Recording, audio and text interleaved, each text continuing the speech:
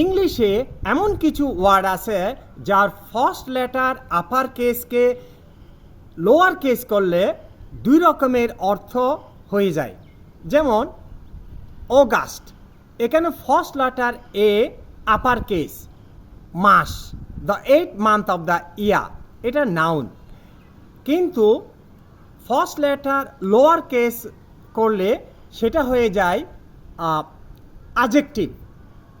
August, impressive, Majestic. March, the first letter upper case, এটা noun, মাসের নাম, the 3rd month of the year. Lower case March, এটা হয়ে যায় verb, যাত্রা করা। দ্য সোল্ডার্স উইল মার্চ আট down.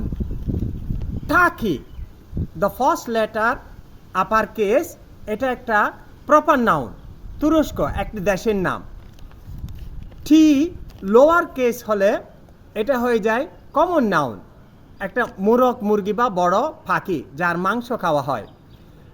Are the first letter upper case, এটা হচ্ছে আমাদের এই পৃথিবী আর, কিন্তু লোয়ার কেস ই হলে এর অর্থ হয়ে যায় মাটি, যেমন আর্থ অ্যান্ড পট।